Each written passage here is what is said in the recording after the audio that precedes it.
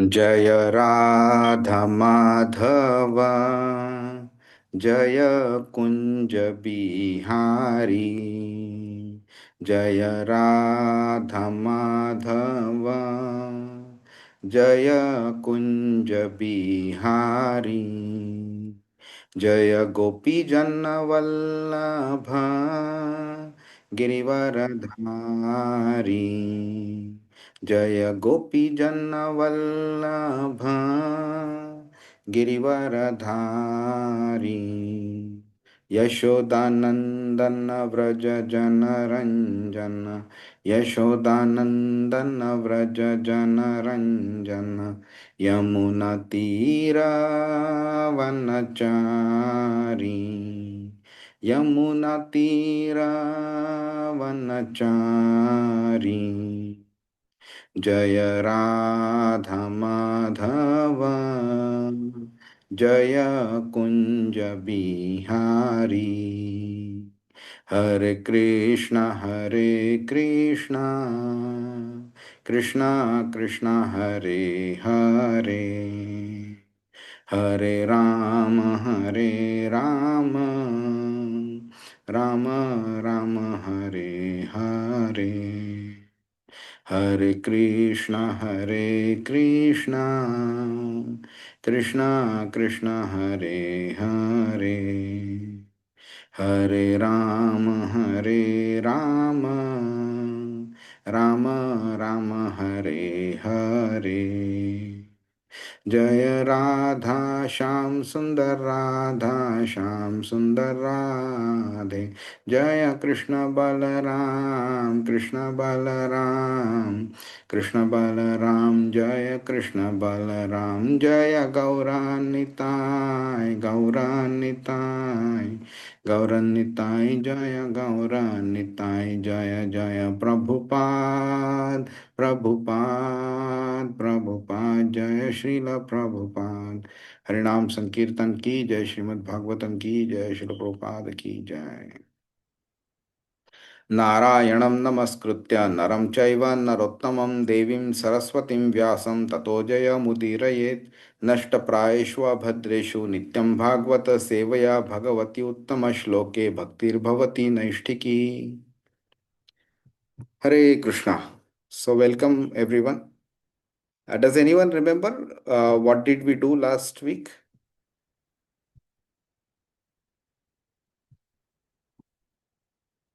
Who will be able to summarize? So Radhapat Pankaj Prabhu took the first 7 verses of the fifth Yeah, yeah. chapter. Yes, Prabhu. Yes. So what So is the Vidur has gone to Haridwar to meet Mr. Maitri, to meet Maitri Muni on huh, the bank of Ganges River. And he started asking from verse number 2 that actually all these up to 7 there are all general statements. That is in verse number 2 he said why these fruitive activities, people are engaged in the fruitive activities but which does not give any mitigation for their distress.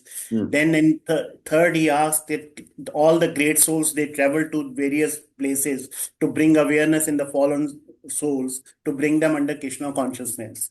correct, He also sought with Maitri's instructions on the transcendental devotional service of the Lord. correct, He also said how the Lord has accepted incarnations and created cosmic manifestation, which saw a lot of principles for maintenance. Vidur also talked about creation work done by the Lord, and Vidur requested for auspicious characteristics of the Lord in his different incarnations. yeah, excellent, Prabhu, excellent. So the first verse talks about his basically one word comes in over there, Achyuta Bhava Siddha. Yeah, Okay, yes. so which talks about his perfection in his devotional service, right? So what it means is Siddha is perfect, Bhava is the personality, the mentality, the thought process, and Achyuta is Krishna. So he's saying that your mentality is completely oriented towards Krishna, and that's why you are considered to be a perfect. Okay, that is the description Shukadev Goswami gives to Vidur. Now, Shukadev Goswami, we know that he himself is a Mahajan. And when a Mahajan is talking about Vidur, who is Yamraj, who is another Mahajan, so both Mahajans, meaning one Mahajan describing the other. So we can understand the level of perfection that Shukadev Goswami had reached. At that perfection, he is saying that Vidur is also perfect with Achyuta Bhava, which is a excellent kind of appreciation for Vidur. And I'm not sure if you know, but Krishna himself used to worship Vidur. So one day, Narad Muni meaning after Krishna had married all the 16,100 princes who were freed from Narkasur, then Narad Muni was a bit confused. So Narad Muni wanted to see how one single person is able to satisfy the families, the needs of 16,108 wives, the queens of Dwarka. So Muni wanted to see how Krishna functions. So that's why he visits Dwarka and he goes to every palace. At different palaces, Krishna is performing different activities. Sometimes he's playing with his wife, sometimes in some palace he's playing with his kids, sometimes he's chatting, sometimes he's doing some household work, some places he's giving charity to Brahman and cows and all that. In one of the palaces, he sees Krishna is performing worship. So he was surprised ki we all worship him. He is the supreme. There is nobody who is even equal to him, let alone be superior to him. Mattah parataram nanyat. How is it possible that Krishna is worshipping? So then he goes inside and he sees at one place he has Arjun, in one place he has kept Bhishma, in one place he has kept Vidur, Vyasdev and all that. So he is worshipping people like him. So Vidur is that level person. And you can imagine such a person was insulted by Duryodhan and he was asked to go out of Hastinapur.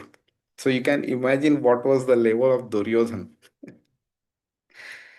Okay, now in the verse number two, yeah, Vidur talks about real happiness. So the main point of his verse was that everybody is engaged in karma, and karma can be classified into vikarma and sakam karma. So sakam karma is to perform karma to obtain some material result, and um, vikarma is papa karma. But both of these activities, they are performed for obtaining some material happiness. When a person performs a pap activity, he does it generally to obtain some happiness as per his definition. And when a person performs sakam karma, still he has some material benefit in mind because of which he is doing it. But what Vidur says is both of these people, they do not find any happiness in after getting whatever benefit that activity is supposed to give him. Okay. And in fact, he's saying it increases their sufferings. Dukkham, he says. Tata eva dukkham. He uses the word. And therefore, he is asking, how, please give us directions on how to live for real happiness, how one should live for real happiness. This is his primary question. Now, he knows doing seva to Krishna is and doing bhakti towards Krishna is actually the real happiness. He knows that. But the great point that we should understand out of it is you can imagine the contradiction between his knowledge level and between the quality of question that he is asking here. Okay. So at one end, a Mahajan like Shukadev Goswami is appreciating Vidur and he's saying he is Achyuta Bhava Siddha. So which means he has reached a perfection.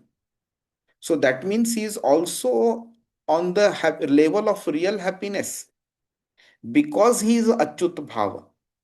So that means he also knows that the material bhava is not going to give any happiness.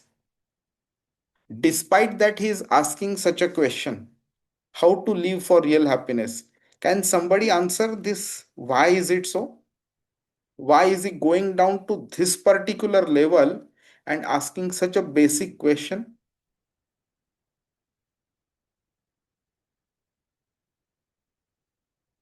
Actually, the answer is given here. Yes, Mataji, please tell me. I think probably for the general public, like people like us. Yes, exactly. So he is saying he did not immediately ask about the Lord because of his humility, but inquired into a subject which would be of great importance to the common man. Yeah. So, for a common man, for him to reach to the Lord, first he has to come out of the illusion of the material energy. Okay. Only when he comes to know about it, then he will understand that that happiness which is thinking as the real happiness is actually not the real happiness. But seva to the Lord and bhakti to the Lord is the real happiness. Okay, so that is why he is talking about that level, so that people like us can also be elevated with his questions. And when he increases the level of the questions and when Maitreya Rishi increases the level of the answers, we will be able to understand it. Okay. Then in verse number 3, he talks about a certain type of people, which is the devotees who purposely travel around the world to show some compassion to the common people, to the fallen souls. Okay. So what he is talking about is on behalf of Lord Janardhan, Janasya Krishnad Vimukhasya Daivat. Okay. He's saying on behalf of Lord Janardhan, they actually take up the service to Lord Janardhan, which is to reclaim back the fallen souls. That is the reason Krishna takes avatar also, right?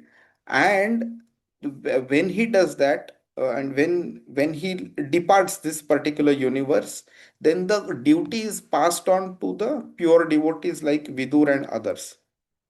And he is saying that when such devotees travel around the world, okay, they perform this activity for Krishna to basically show some compassion to the fallen souls and give them Krishna bhakti. Okay, then we just take the quick understanding of verse 4. Okay, so in verse number 4, he is saying that uh, is asking Maitreya Rishi to give some instruction on the devotional service on bhakti. Okay, so that Paramatma in his heart is pleased to impart knowledge of the absolute truth. A very important point. If you remember, every time we start our class, uh, most of the devotees they chant Jai Radha Madhav or certain prayers of Bhagavatam or certain prayers to Krishna or the Guru, right? Why do we do that? Anybody knows it? Can anybody answer? Why do we do it?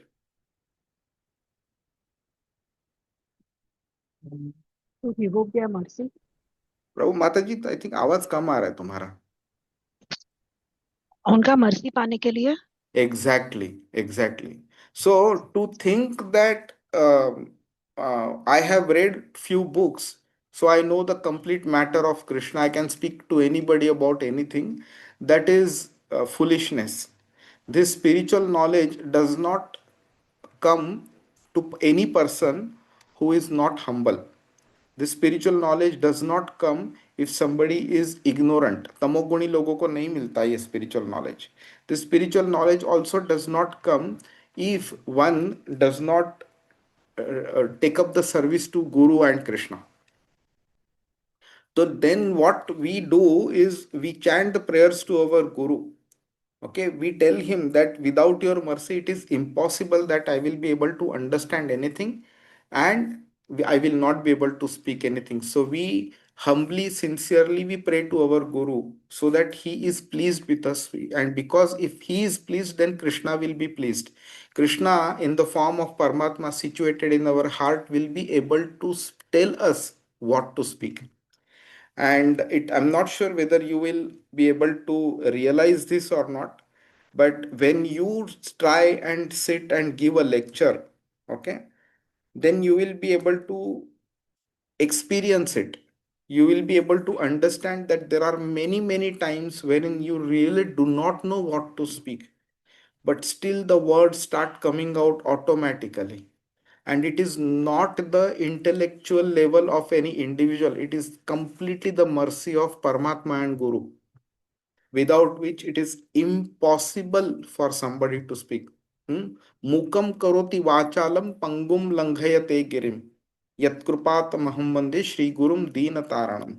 Mukam is a dumb person. Karoti Vachalam. He can speak. Pangum Langhayate Girim. Girim is mountain. Pangum is a handicapped, a lame person. He can cross a mountain. Yat Krupat Maham Mande. With the mercy of a Guru, Yat Krupat Shri Gurum Dina Taranam. I am a fallen soul. I am requesting you to give your mercy to me. These are the prayers. Okay. So the point is to assume that I know everything, okay, because I have read few books is foolishness. Without the mercy of the Guru and Krishna, absolutely no knowledge can enter inside, and no knowledge, no words can be spoken also. So this is what Vidur is actually doing. Okay, he is requesting that he is praying to the Paramatma to be pleased with him and impart knowledge of the absolute truth. Okay. Now, in the verse number 5 onwards, he has asked about certain activities. So first he starts about Purusha Avatar. Anybody knows what is a Purusha Avatar? The three Vishnus, Prabhu. Correct. So if you remember, Radhapat Pankaj Prabhu had spoken about one word, and he had given one of his examples also. Okay. ये ये word देख के कुछ याद आ रहा है? त्रिअधीश, त्रयाधीश was the word there. Yeah, Trayabisha, yes. Yes. So this basically the Lord of the three worlds refers to the Purusha Avatar. Okay, so three words. Who are the three Vishnus? What are the names? Garbhodakshaya Karanodakshaya Vishnu, Vishnu Karanodakshaya Vishnu. and Shirodakshaya Vishnu. Shirodakshaya. Yes, Karanodakshaya Vishnu is also called as Karanarana Vashai Vishnu, and he is also known as Mahavishnu. Hmm? Okay, so then verse number 6 comes in. In that verse, he has talked about the Virat Rupa.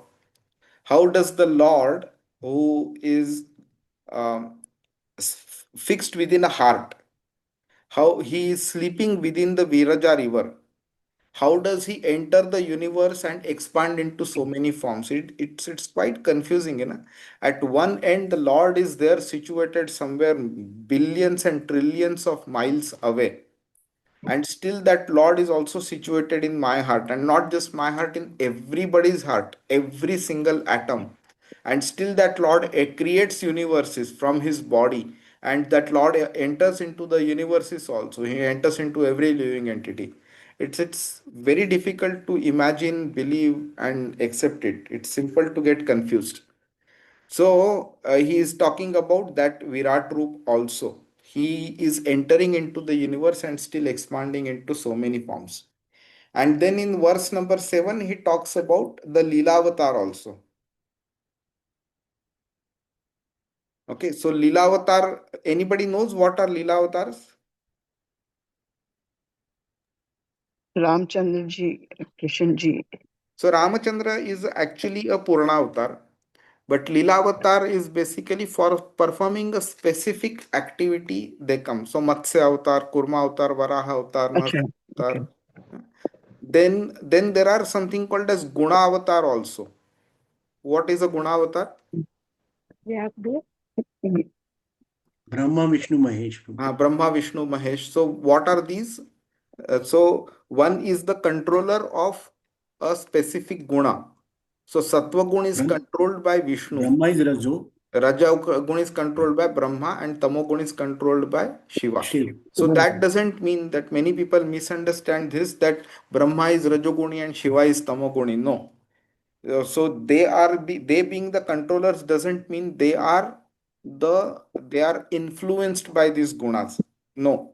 They cannot be influenced because they themselves are the controllers, right? These gunas can never control deities like Brahma or Shiva. It's impossible. Yeah. The word Shiva, the name Shiva itself means pure, and it is absolute 100% pure. It can never get influenced by any other guna. So that Lilavatar is being talked about in verse number 7, and we did until verse number 7. Okay. Now, verse number 8. Before we go to verse number 8, any question anybody has?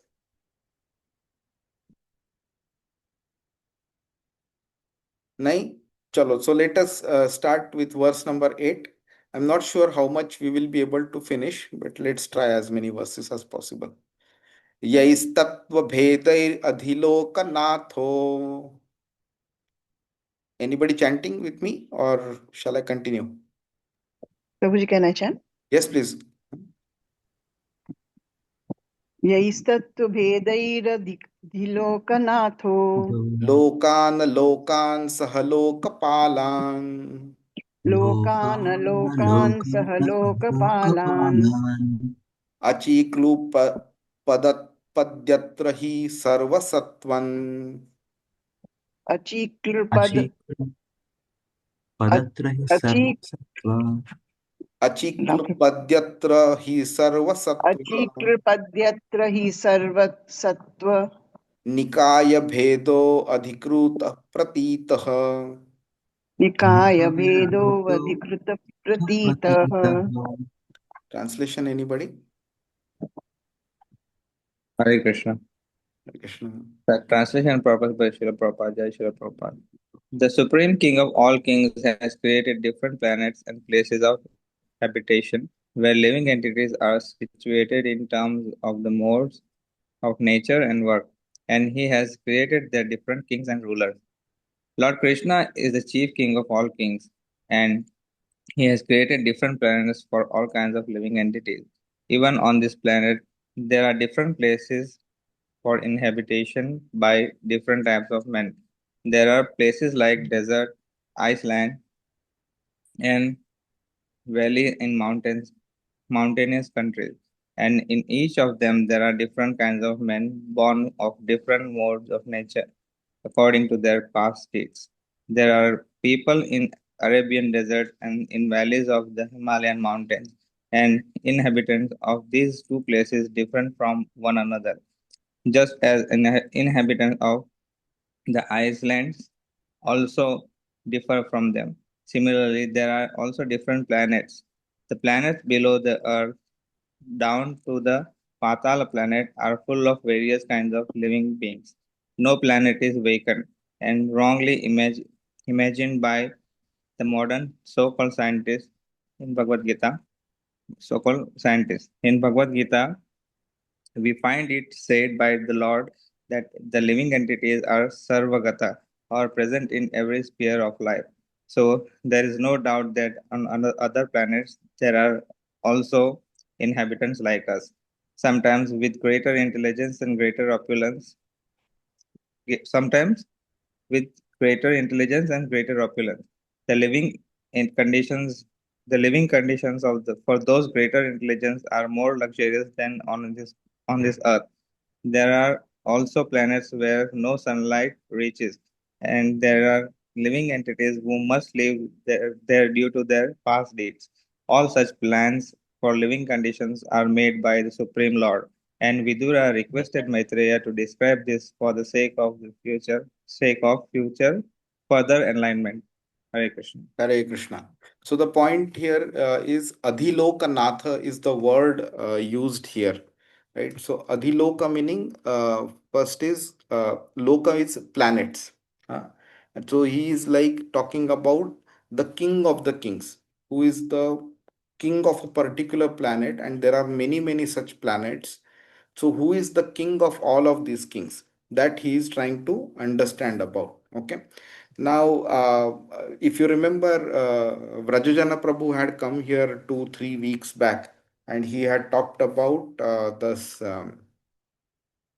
Sarvagata as a characteristic of a living entity, the Atma. Anybody remembers anything about it? Okay, what does Sarvagata mean? All pervading. All pervading. So, with reference to what? All meaning all. All. What does all mean? All all lokas. All planets. Huh? All Okay. planets. Okay. And it's not just a planet. It's basically all It's universes also, right? So, if Sun can be considered as a planet, and whoever doesn't consider Sun as a planet, irrespective of both the points, the Atma can live on sun also. Okay, so in the second chapter, Krishna, when he is talking about the characteristics of the souls from verse 11 till verse 30, that is when he says Sarvagata Sthanur, he says. So in all the different places the Atma can live. And let us take logically also. So we may think that uh, I think we spoke about it. Please correct me, otherwise, meaning I will not repeat it. When the Atma is above any kind of material element, yeah, nainam chindanti shastrani, nainam dahati pavakah, na chainam kledayantyapo, na shoshayati maruta. So, four material elements have been talked about. Nainam chindanti shastrani, earth has been talked about. Nainam dahati pavakah, pavaka is fire. So fire cannot burn. Nainam dahati pan. Na chainam kledayantyapo, meaning water, sorry, air water cannot moist it, and air cannot dry it. So that means there is no effect of earth, water, fire, and air on the soul.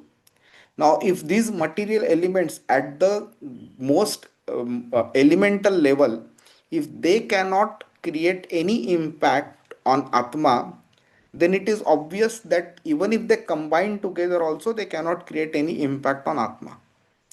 So, because Atma is a spiritual energy, and material energy cannot control spiritual energy, but spiritual energy can control material energy. Now, sun planet is also part of the material world. If the whole material energy cannot control the spiritual energy, the Atma, then the Atma cannot be impacted by the amount of heat that is there on the sun planet. Right? So, this is one logical point. Did I speak about this previously? I think 2 or 3 weeks back. Sushil Prabhu, do you remember anything? Otherwise, I will not repeat. I'll go ahead that way. No, Prabhu, I don't think we have. Okay. Now, do you remember in the first chapter, Arjun has mentioned one term, I think in the 45th verse, Narake niyato vaso. Narake niyatam vaso. So, vaso meaning he is saying vasah, meaning vasa, is to take, is to reside. Reside where? Narake, in the Narak, in the hellish planets. And Niyatam, he says, eternally. So, what he was trying to communicate there is a person who is responsible for the killing of his dynasty will reside in the hellish planets eternally, forever. Now, Arjun, who has asked this question, wasn't a small child who doesn't know anything about spiritual philosophy. Okay, so he definitely knows that when a person dies, his body is cremated. So the body is burnt to ashes in on this earth itself. Then a question should automatically ask, then who goes to the hellish planet then? So that means the Atma goes over hellish planet. right? Simple. The body and atma, two people being there, body is cremated here on this earth, and still he's saying narake niyatam vaso. So for somebody to reside in hellish planet, somebody has to go there. Who will go when the body is cremated? Only atma is remaining, only atma can go. Now when Krishna says that the material elements cannot do any harm to the atma, then even if atma goes over there, the atma will, what punishment will Yamaraj give to the atma? Nothing. No punishment can be given, because the atma will not suffer anything.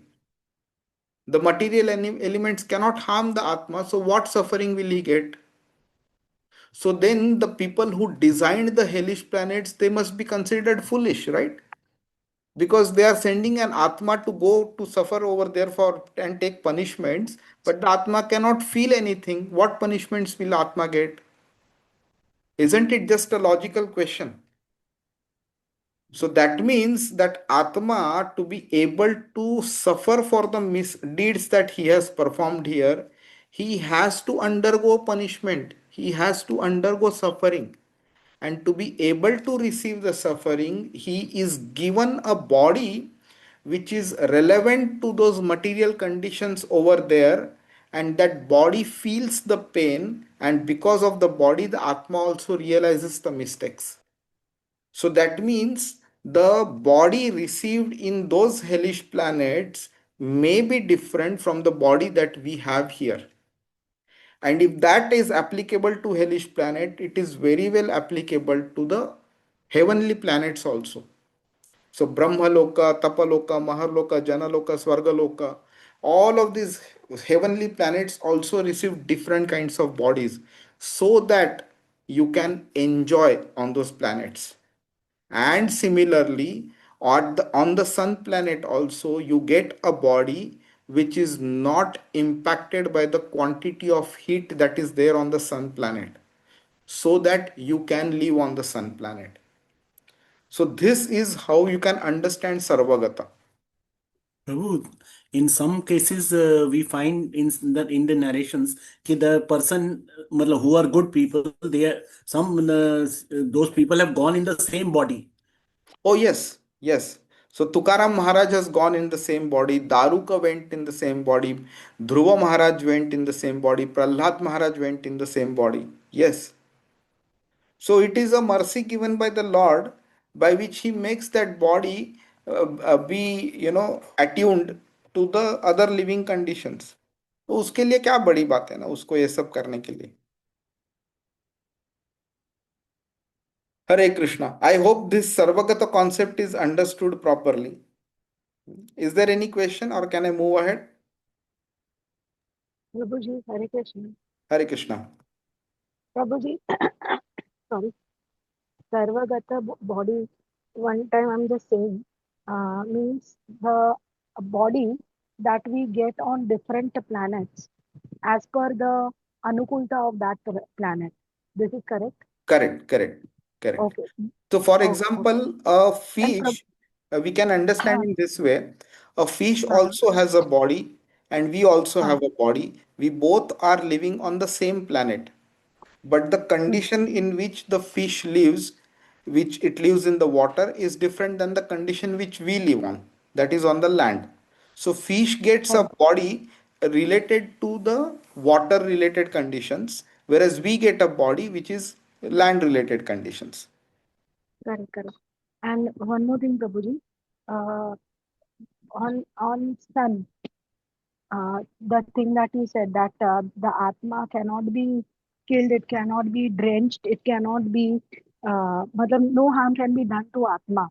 So when we die, the body is burnt or buried here, and the atma goes, and then whatever punishment and everything is done to that atma is through a body, a new body that it gets there. Correct, Correct, correct, correct. correct, correct. Prabhuji, this was superb, superb. Thank you so much. Thank you very much. So let's look at verse number 9. Okay. You can chant with me. Yena prajanam uta atma karma Prajnana Atmakarna रूपाभिधानां व्यभिदां व्यधत्त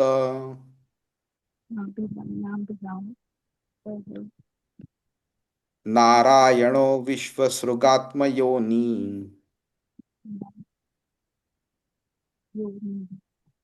इरेतच्च no वर्णय विप्रवर्य.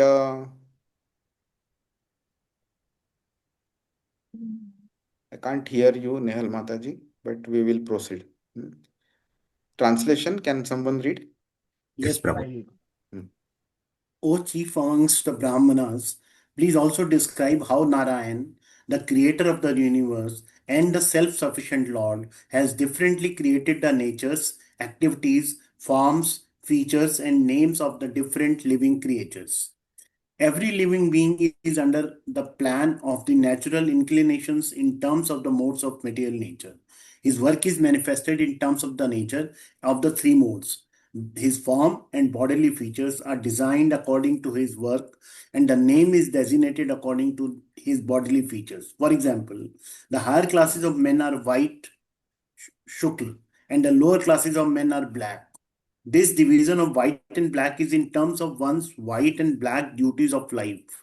Pious acts lead one to take birth in a good and highly placed family, to become rich, to become learned, and to acquire beautiful bodily features. Impious acts lead one to become poor by parentage, to be always in want, to become a fool or illiterate, and to acquire ugly bodily features.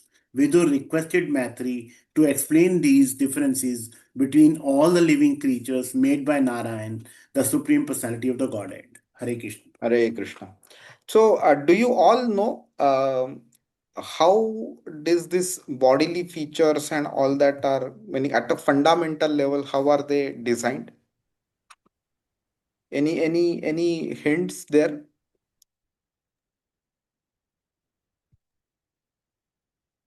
Anybody knows? Matrix जो माता पिता का जैसा होता है DNA उसके हिसाब से होता है क्या शायद? Okay, ये तो biological हो गया. But this happens after the Atma enters into the womb of the mother. Barabar. But what I am saying is, which Atma should enter which mother's womb, what kind of body he should acquire, what conditions he should acquire, ये कैसे decide होता है? तो one thing is clear, it is Karma, right? It is simple to understand, and that's easily understandable. What is the other primary reason behind this one?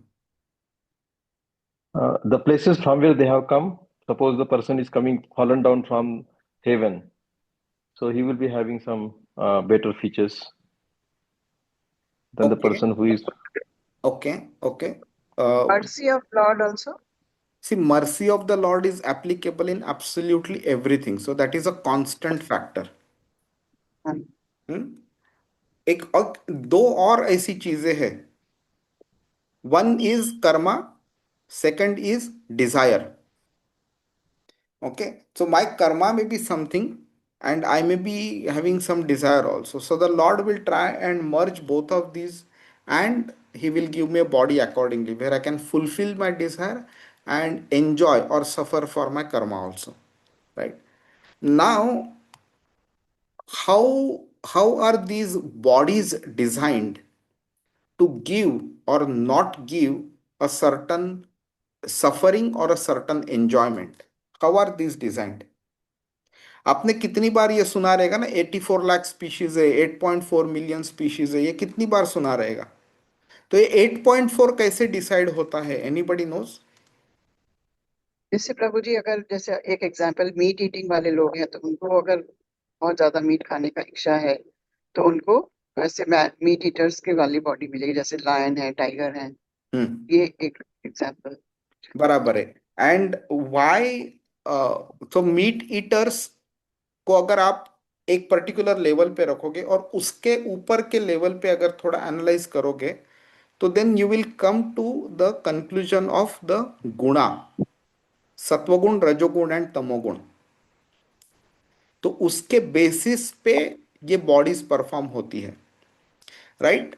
So let's say if a person gets the body of a dog, or a person gets the body of a pig, or a person gets a body of a rat, or a person gets a body of a brahmana, right?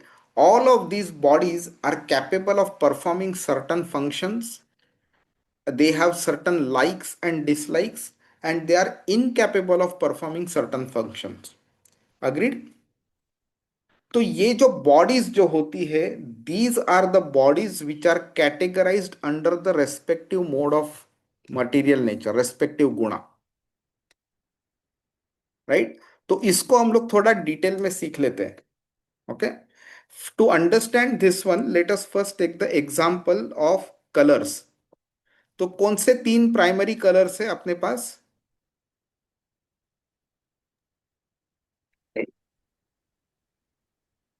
Primary colours कौन से है तीन? Red, yellow, and blue. Red, green and blue.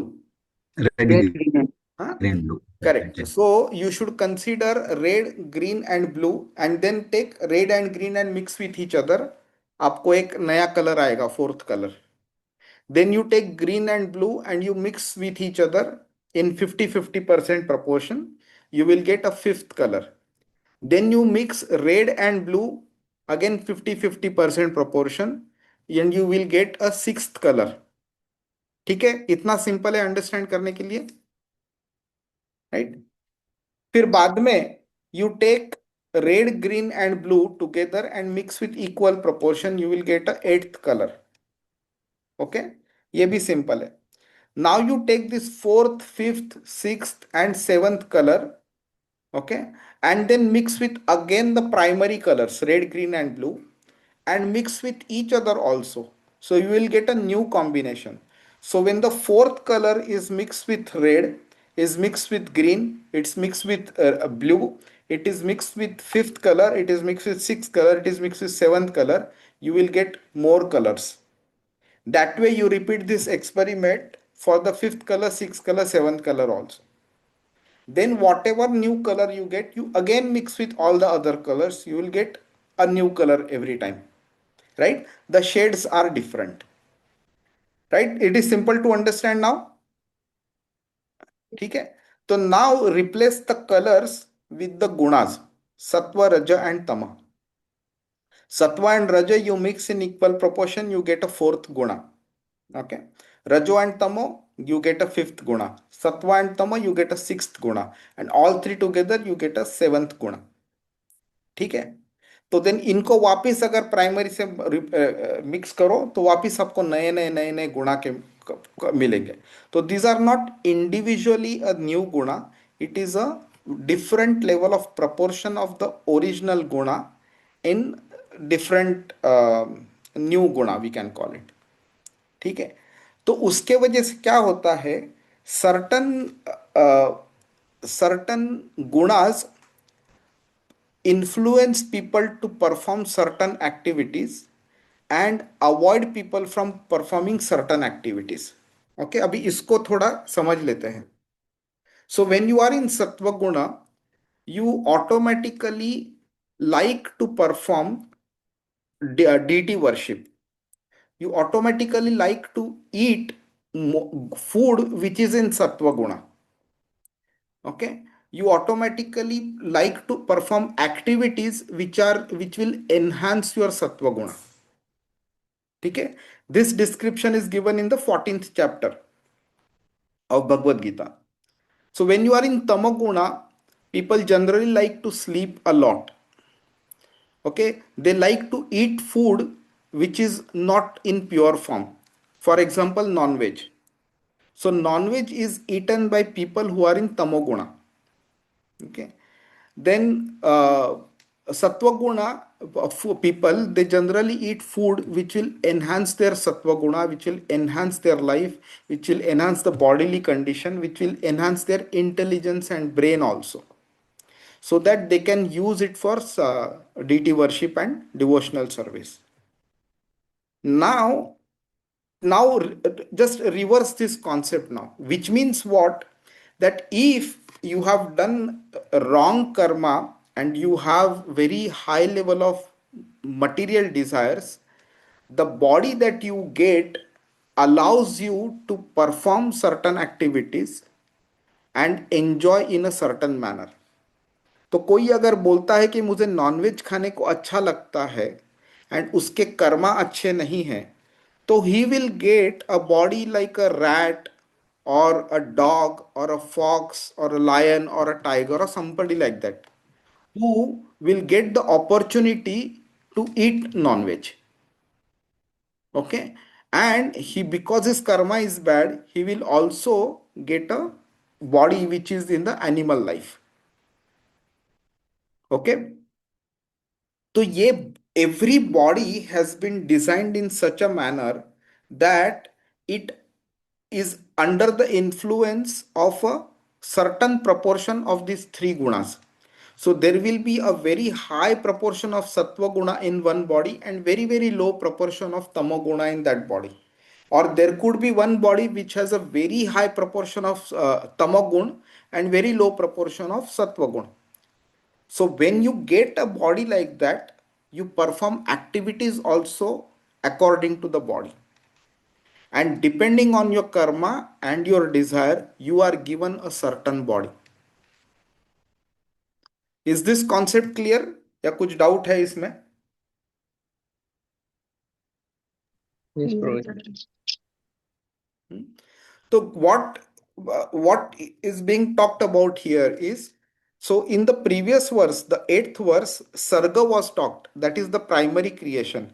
In this particular verse, Visarga is talked about, that is the secondary creation which is done by Lord Brahma, and Sarga is done by Lord Vishnu. So Lord Vishnu creates the fundamental elements. Lord Brahma uses those fundamental elements to create the products out of them, which is what is the creation of life within that, the activities, forms, and all of these various features of the living entities. Okay, that is where Prabhupada is writing here, that when pious activities lead one to take birth in a good and highly placed family, or become rich, or become learned, or acquire good bodily features. Okay, sometimes you see a person is born with some deformation in the body, the leg may be crippled, or speech may have a problem, or may look very ugly or something like that, right? All of these are results of the previous karma. Or somebody may be born in the family of Ambani, that can also happen, right? So but somebody may be born to the parents of beggars also, that can also happen. So the pious and impious activities lead one to a certain body, certain parentage, and all the Janma, Aishwara, Shruti, and Shrivi. This is what Kunti Mata talks in the Kunti Stuti in the 8th chapter of this canto, the first canto. Okay. So Vidur is now requesting Maitreya Muni to explain differences between these creatures made by Narayan. Okay. Is it okay? Any question, or can I move on? Fine. Fine. परावरेशान् भगवन् व्रतानि वरावरेषां भगवान् व्रतानि श्रुतानि मे व्यासमुखाद् भीक्ष्णम् श्रुतानि मे व्यास मुखादभीक्षणम् अतृप्नुमाक्षुल्लसुखावहानाम् अतृणुमा कुस्काल सुखाव सुखावहानम् तेषामृते कृष्णकथामृतौघात्. तेषामृते कृष्णकदामृतौघ Translation. Hare Krishna. Hare Krishna translation. O my Lord, I have repeatedly heard about this higher and lower status of human society from the mouth of Vyasadeva, and am quite satiated with all these lesser subject matters and their happiness. They have not satisfied me with the nectar of topics about Krishna. Purport. Because people are very much interested in hearing social and historical presentations, Srila Vyasadeva has compiled many books such as the Puranas and Mahabharata. These books are reading matter for the mass of people, and they were compelled with a view of reviving their God consciousness, now forgotten in the conditional life of material existence. The real purpose of such literatures is not so much to present topics of historical references, but to revive the people's sense of God consciousness. For example, Mahabharata is the history of the Battle of Kurukshetra, and common people read it because it is full of topics regarding the social, political, economic problems of human society. But factually, the most important part of Mahabharata is Bhagavad Gita, which is automatically taught to readers along with the historical narrations of the Battle of Kurukshetra. Vidura, Sorry. Vidura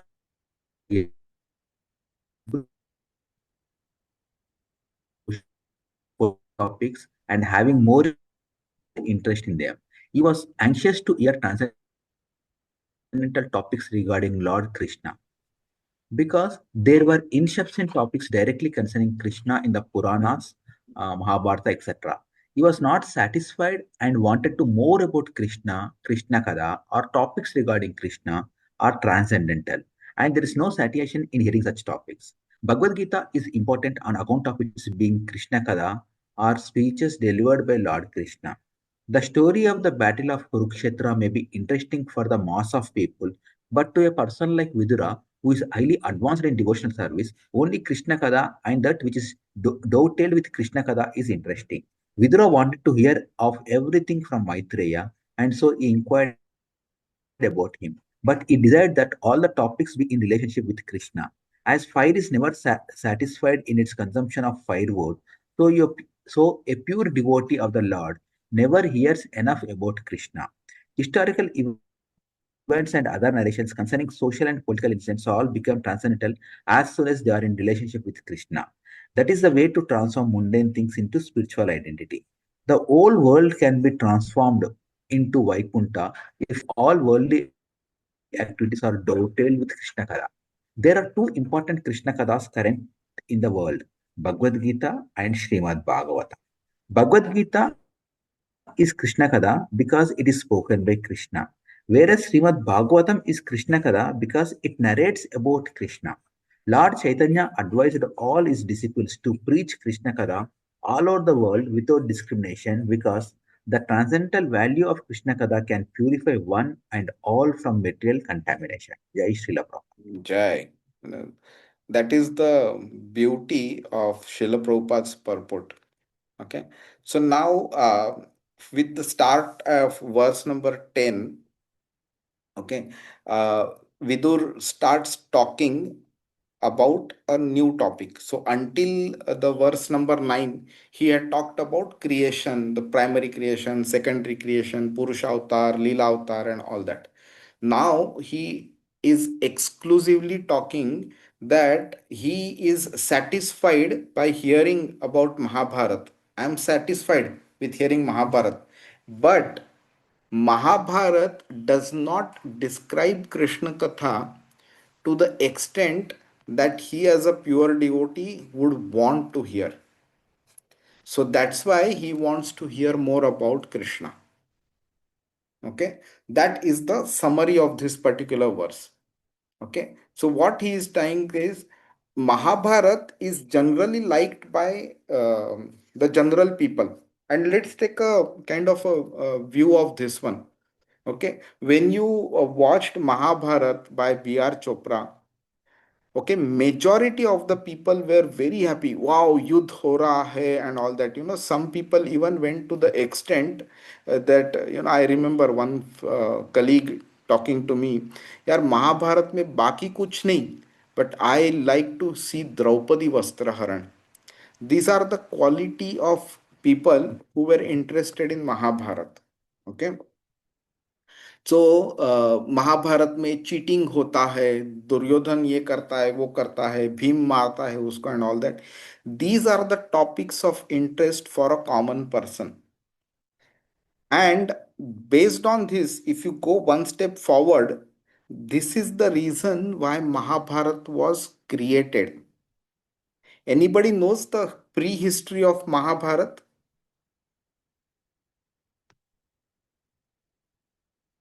Anybody, do you know which book describes the prehistory of Mahabharat? No? No, Prabhuji. No, Prabhuji. So later, whenever possible, do try to buy Garga Samhita written by His Holiness Danavir Goswami from ISKCON. Okay? So Garga Samhita is spoken by Narad Muni to Garga Muni.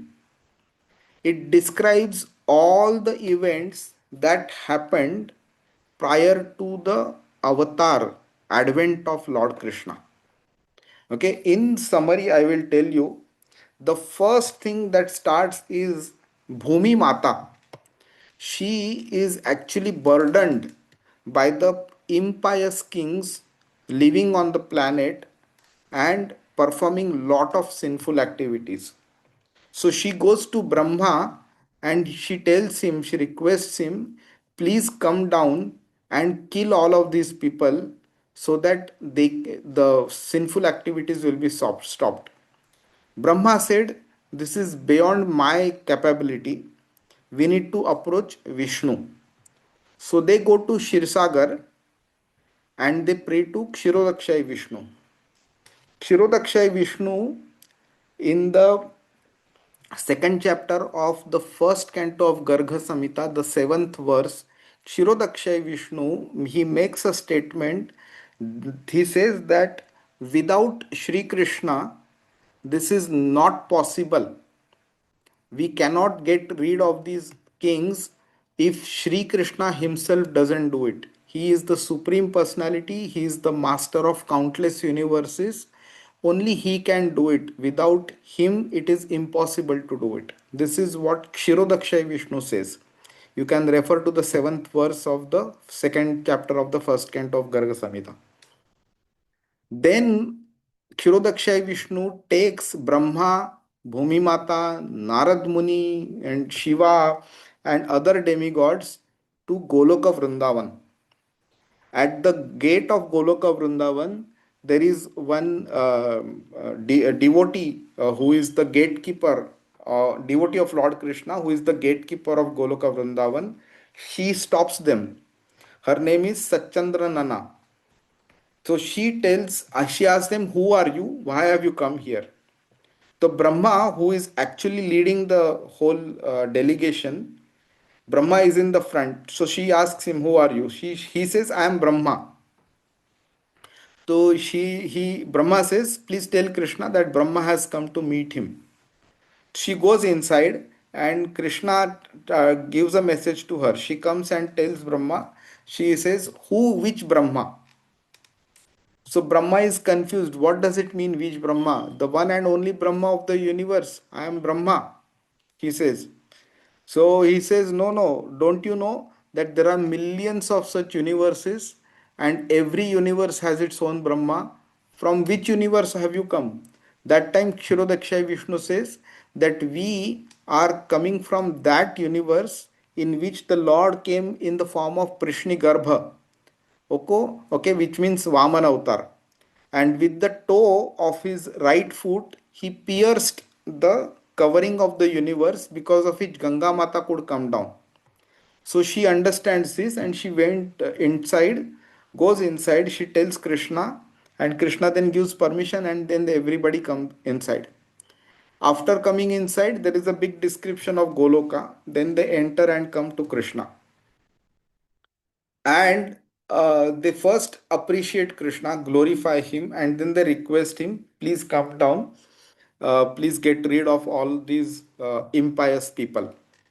So then, before Krishna says anything, okay, all the various incarnations that have taken place in on earth so far, okay, they start one by one entering into the body. Lord Ram enters, Lord Narsimha enters, Lord Varaha enters, Matsya, Kurma, everybody starts entering into the body of Krishna. Okay, and looking at this, everybody is confused. They cannot understand what is happening. Then Narad Muni starts speaking, and then Narad Muni is appreciating him. He is confused and he is saying, oh Lord, will you come down? Then Krishna says, yes, I will come down. At the right time, I will come down. I will appear in the Yadu dynasty. And then he says, all demigods, should appear before me in the Yadu dynasty and everywhere and perform services which are required for my avatar. That is when he even assigns duties to all of them. Who will become Vasudev? Who will become Devaki? Who will become Nanda Maharaj? Who will become Yashoda? Who will become Dhritarashtra? Who will become Arjun? Who will become Satyaki? Who will become Duryodhan is also decided at that time. Okay.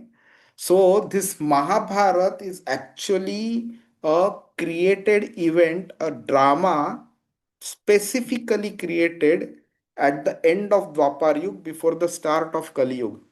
And the primary purpose of this one is to educate people, especially of Kali Yuga, how to behave, how to follow dharma, how not to behave.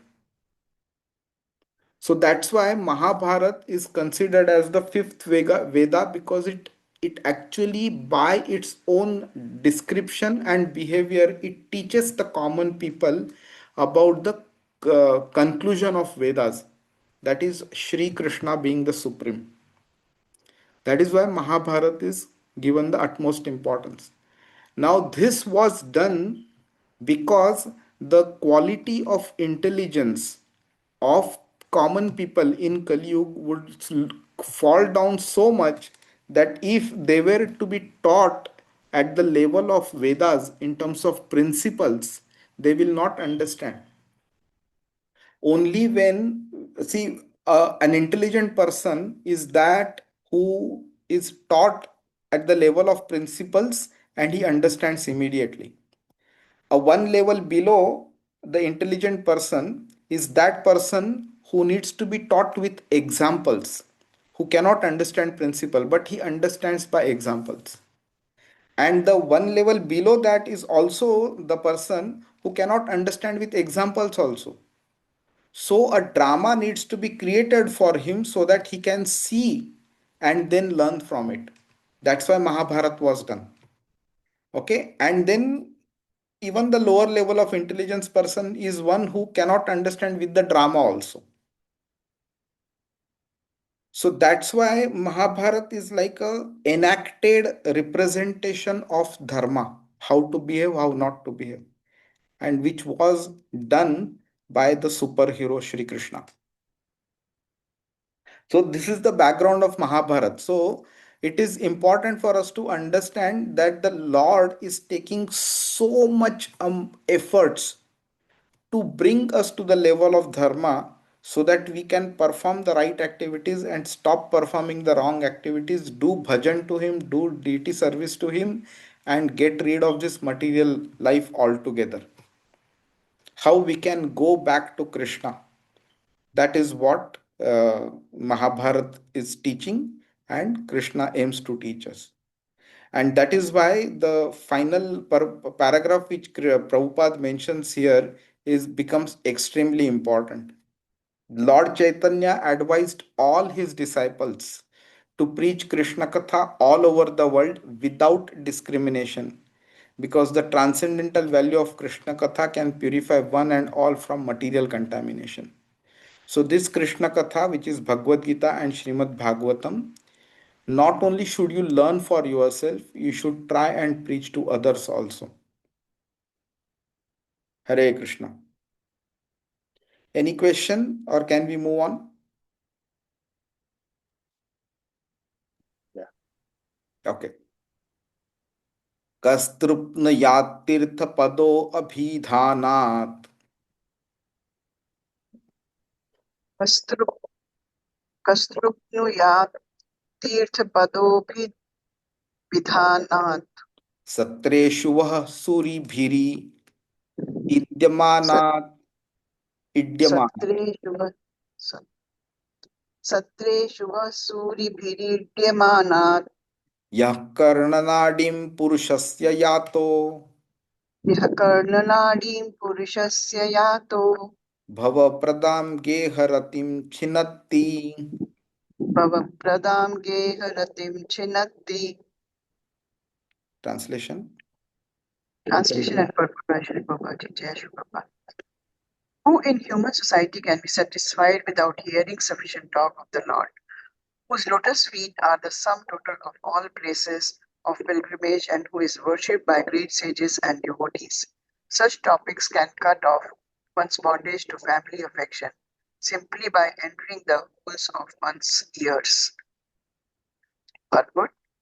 Krishna Katha is so powerful that simply by entering into a person's ear, it can at once give deliverance from the bondage of family affection. Family affection is an illusory manifestation of the external energy, and it is the only impetus for all mundane activities. As long as there is mundane activity and the mind is absorbed in such engagement, one has to undergo the repetition of birth and death in the current material essence. People are most influenced by the mode of ignorance, and some are influenced by the passionate mode of material nature. And under the spell of these two modes, a living being is actuated by the material conception of life. The mundane qualities do not allow a living entity to understand his real position. The qualities of both ignorance and passion strongly bind one to the illusory body conception of the self. The best among the fools who are thus deluded are those engaged in altruistic activities under the spell of the material mode of passion. Bhagavad Gita, which is direct Krishna Katha, gives humanity the elementary lesson that the body is perishable and the consciousness which is spread throughout the body is imperishable. The conscious being, the imperishable self, is existent and cannot be killed under any circumstances, even after the dissolution of the body.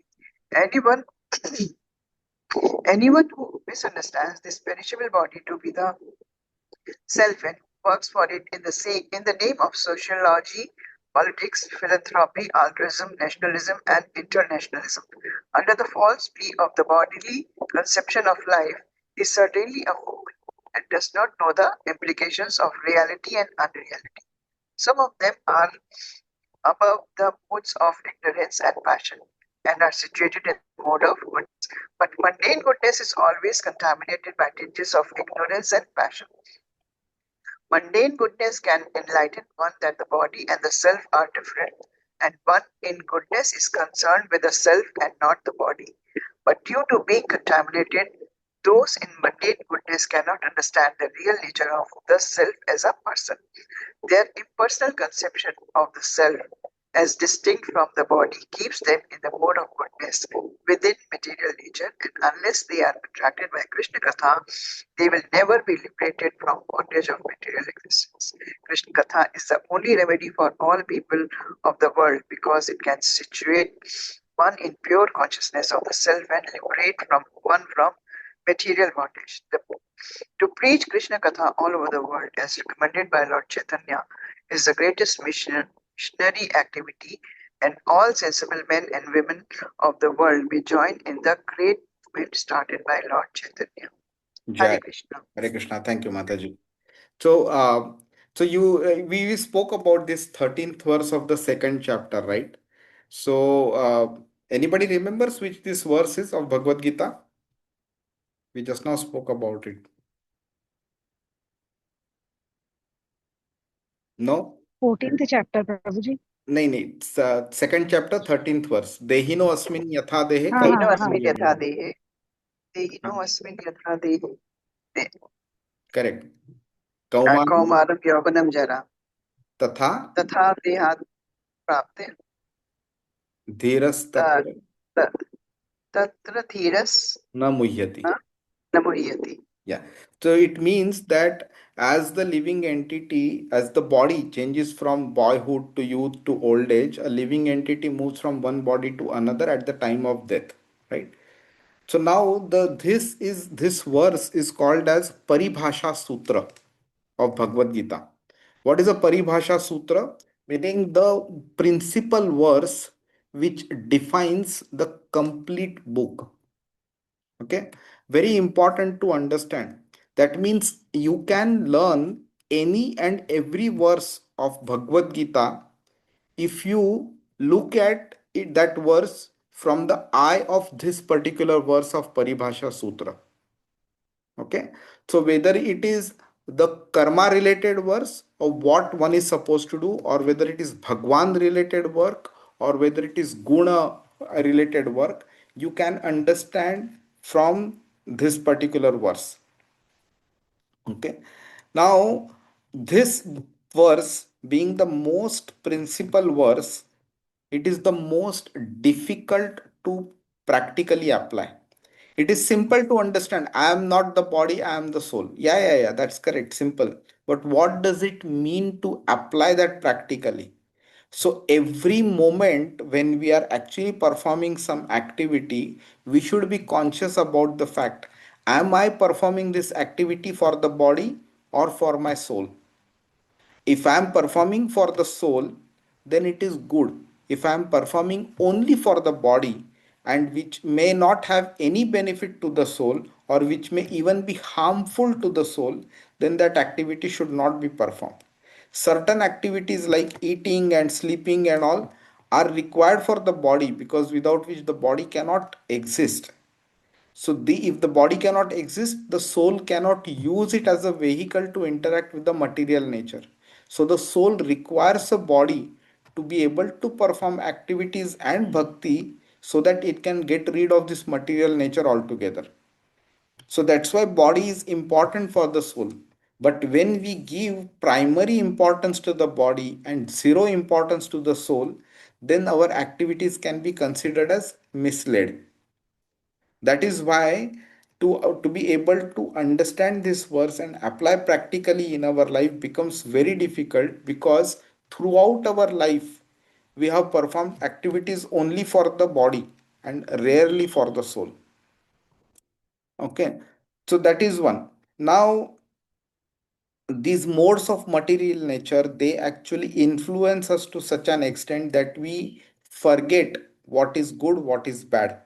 We consider good as bad and bad as good, because of which we take up activities, we perform them, which are actually not good for our spiritual life, and those which are good for our spiritual life, we do not perform them. Okay, so in the 15th verse of 5th chapter, Krishna makes a statement, Ajnane navrutam jnanam tena muhyanti jantavah. He is saying the ajnan, the lack of knowledge, okay, creates a covering on our knowledge. Okay, because of that, we consider bad as good and good as bad. We are bewildered by it.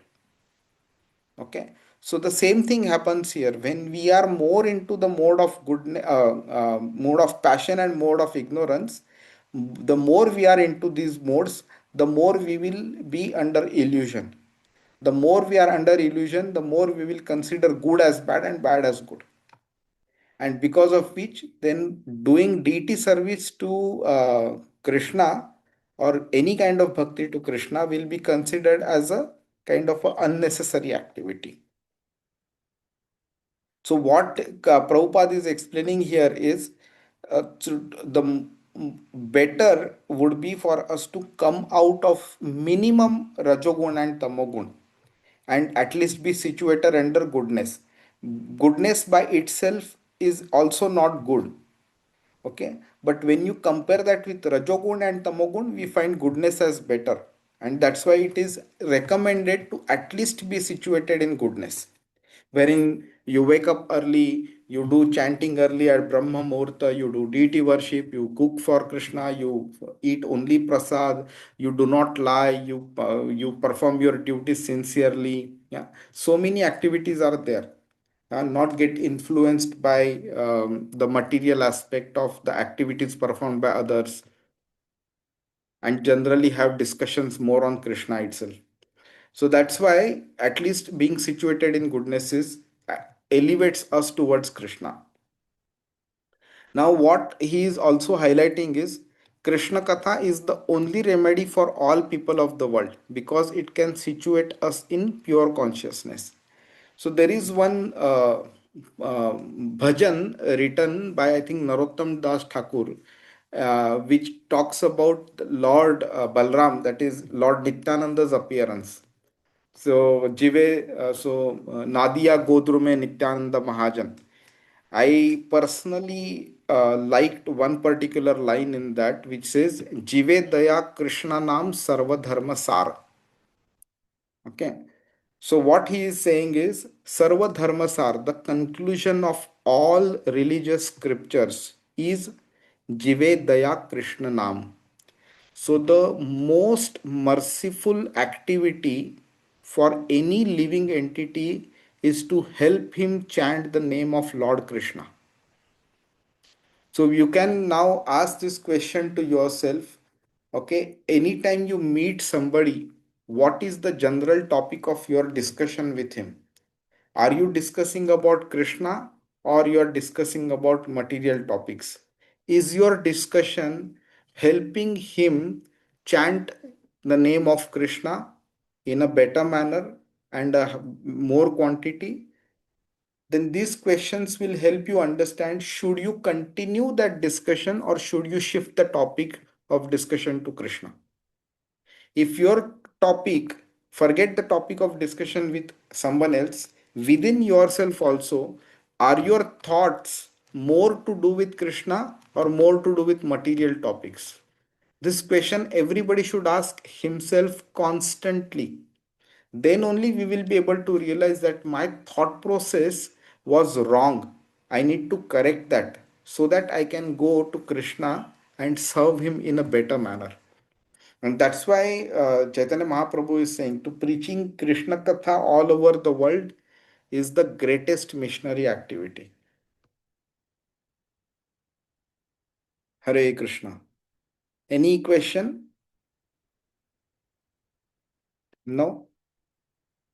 Okay. So let's move on to verse 12. Munir Vivakshur Bhagavad Gunanam. Anybody chanting? No. Yeah, Sumati Mata.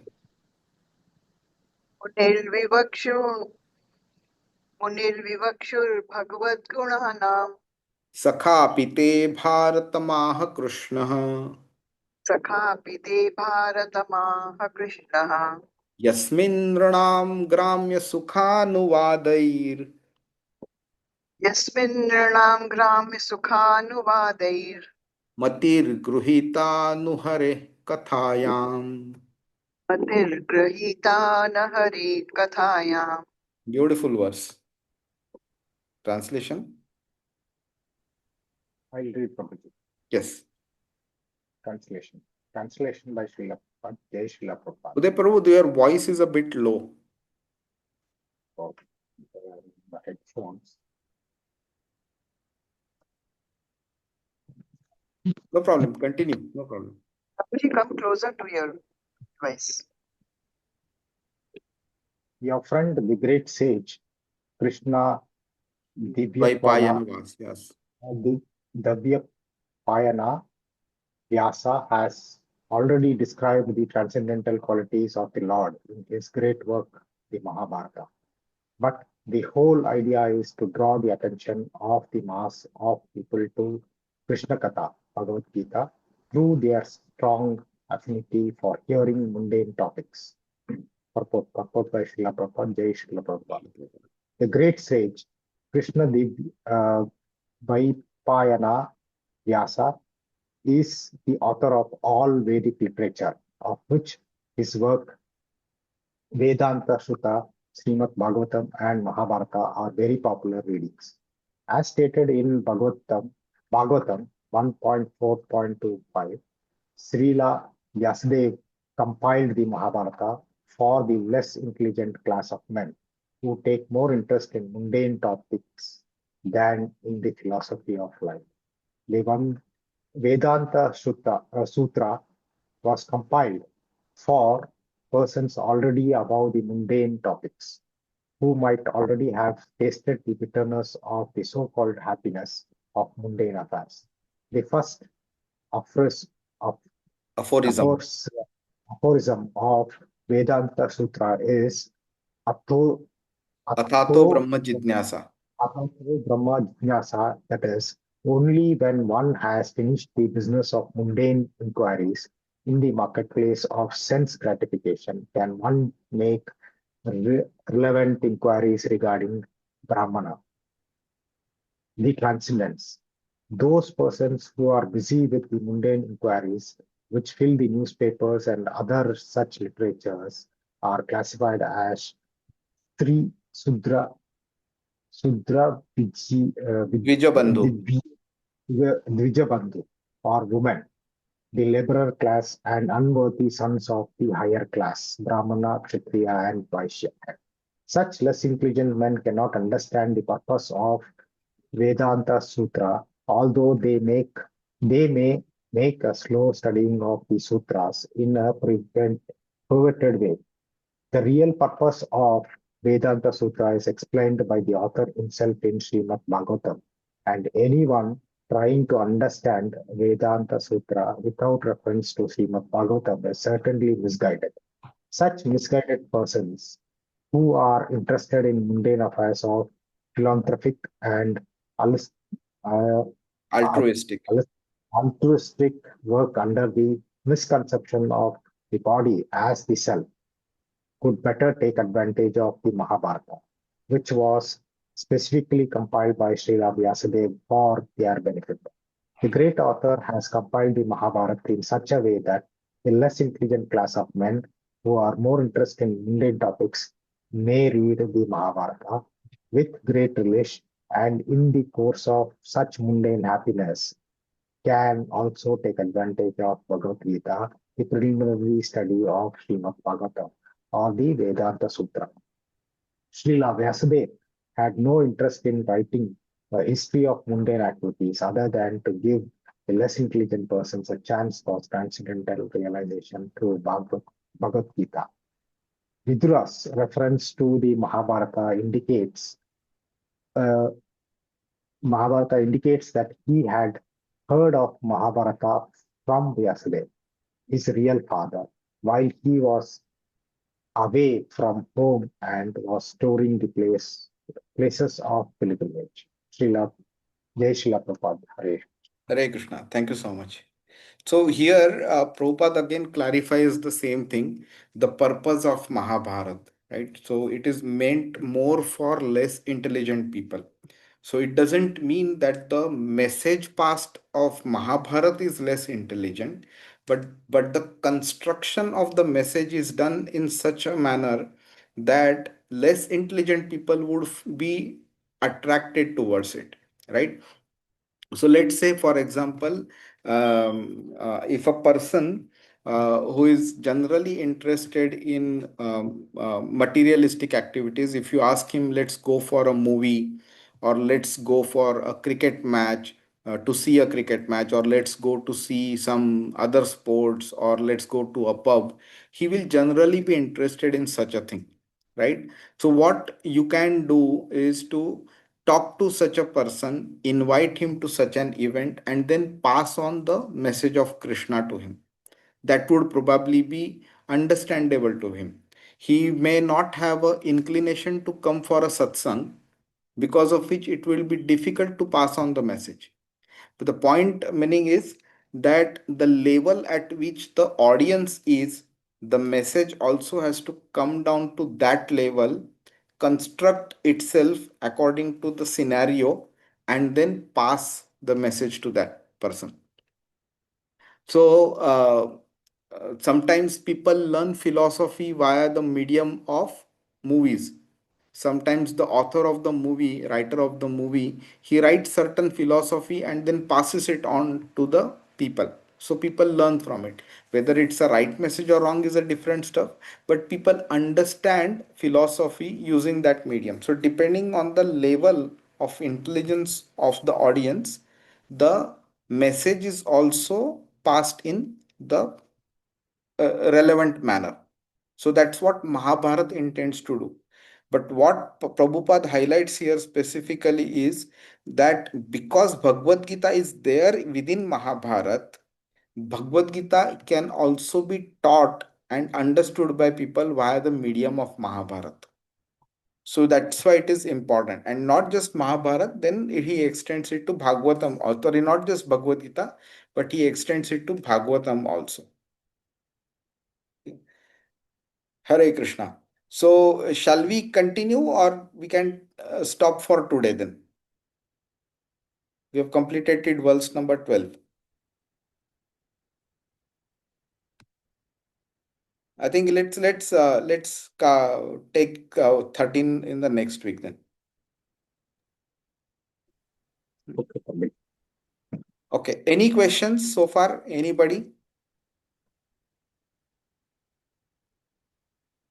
No? Prabhuji, Hare Ha. Krishna, Danat Pranam. Hare Krishna. Prabhuji, the activities which we perform in the devotional service, like doing chanting, doing the devotional service, or deity worship, these activities comes under the mode of goodness, or some transcendental activities. So they are not influenced by any mode, neither goodness nor passion nor ignorance. They are Vishuddha Sattva. They are transcendental, right? So to understand this concept, we need to go to chapter 8 of Bhagavad Gita. Okay, just one moment. So in chapter 8, Arjun asks him, Krishna, what is karma? Okay. Kim karma, kim tad brahma, kim adhyatma, kim karma purushottama. What is karma? So now, meaning just to give a little bit of background, karma has been spoken by Lord Krishna across many chapters, second, third, fourth, fifth, many chapters. But still, Arjun is asking, what is karma? And the answer that Krishna gives is amazing. Okay. He says, Bhuta bhavodbhava karo visargaha karma sangitaha. Okay. Any action, okay, any action pertaining to the development of material bodies of living entities is called karma. Okay. Now, which means what? That if you perform an action, okay, which helps you develop a new material body, then that is karma. Okay. We perform the deity service, deity worship, and any kind of bhakti to Krishna. Okay. Okay. One of the byproducts of that activity is to get rid of this material world altogether, although that is not the primary purpose, but that is one of the byproducts. Now it is simple to understand, if you perform karma which helps you get a material body, then completely opposite of that is bhakti, which helps you get rid of the material world altogether, not just the material body. So that means you can understand that any activity performed in the service of Krishna, of course, we are talking about selfless activities. People can do chanting and then ask, okay, because I have done chanting, please give me a 1 million dirhams. That also they can do, but then that chanting cannot categorize as bhakti. But if you look at pure bhakti, any bhakti will help you get rid of the material body, whereas karma binds you to a material body. So that's why both are opposite. Is that okay? Yes, Prabhuji, thank you. So we can call these activities as the pure goodness activities, right? So Yes. pure goodness activities and the transcendental activities are the same. Yes. Correct. So Okay. Vishuddha Sattva meaning something which is beyond Sattva Gun. So that doesn't Yes. mean it is Sattva Gun. It is divine. It is transcendental. It does not have any tinge of material qualities. Thank you, Prabhuji. Hare Krishna. Hare Hare Krishna. Hare So Krishna प्रभु जी, थोड़ा Hare सा Krishna. ऐसे मन में आया अभी। जैसे अभी आपने बताया कि मनुष्य जो शरीर है, मानव शरीर जो मिलता है, तो इसमें गुणों के अनुसार ही हमें शरीर मिल रहा है ना, कि बहुत सारे गुण जैसे अभी आपने बताया। तो ये कैसे समझेंगे कि किस मतलब इतने नंबर क्वांटिटी बताई ना कि मानव शरीर इतनी 44 कुछ 84 लैक्स लाख. या हाँ. नहीं, मानव शरीर हाँ, मानव ह्यूमन। शरीर 4 लाख है. 4 लाख. हाँ, तो ऐसे 4 लाख में क्या होता है, कैसे डिफरेंशिएट करते हैं? तो ये जो 4 लाख जो है ना, तो it is not a division based on physical characteristics. For example, कोई शरीर गोरे का है, कोई काले का है, कोई स्त्री का है, कोई पुरुष का है. these are not the divisions of these are not the characteristics of the division. The या divisions are based on the respective mode of material nature. So in certain body, okay, the inclination to sattva gun may be high. in certain body the inclination to rajogun may be high, in certain body tamogun may be higher. The So same way you have told, na, the different gunas which you have correct. just explained like the color. Huh? Correct. So because of that, what happens when you get a kind of a body, okay, which has more inclination towards Rajogun or Tamogun, and you are born also in a family where your Rajogun and Tamogun can increase, तब जब आपको वैसी आपके गुण भी पहले से वैसे थे, आपको मिली भी बॉडी वैसे ही मिली है, और आपको सरकमस्टेंसेस भी ऐसे क्रिएट करके दिए हैं कि किसी वो लड़के के माँ पिता या भाई बहन या सोसाइटी दोस्त लोग वगैरह उसको ऐसे मिलेंगे जहां पे उसके रजोगुण और तमोगुण की वृद्धि हो जाएगी, एंड जो गुण उसके पास ऑलरेडी है उसका मैनिफेस्टेशन होते रहेगा जैसे जैसे वो बढ़ते रहेगा, and then he will even acquire more quantity of rajogun and tamogun, and gradually he will slide downwards.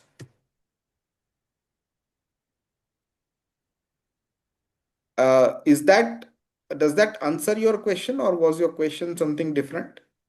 No, the same thing. Yes, Prabhu. Okay. Thank you. Hare Krishna. So we will meet next week. Hare Krishna. Hare Krishna, Prabhu. Krishna Prabhuji, thank you. Thank you. Hare Krishna Prabhuji. Hare Krishna. Hare Krishna. Thank you so much.